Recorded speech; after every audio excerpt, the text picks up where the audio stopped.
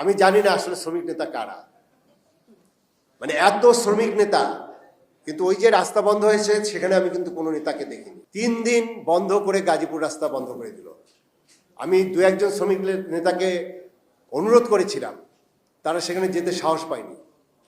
তাহলে সেই শ্রমিক নেতা হওয়ার তো প্রয়োজন নেই।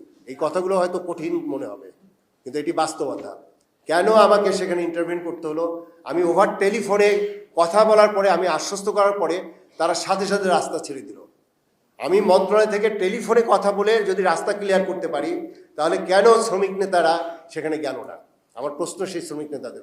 সেখানে এত ফেডারেশন, এত দল, এত পথ, এত মত, এবং অনেকে আবার মালিকেরও এজেন্ট। আমি ক্লিয়ার করে বললাম না, যদি প্রমাণ চান সেটা আমার কাছে কিছু তথ্য আছে। তাহলে কি দাঁড়াচ্ছে?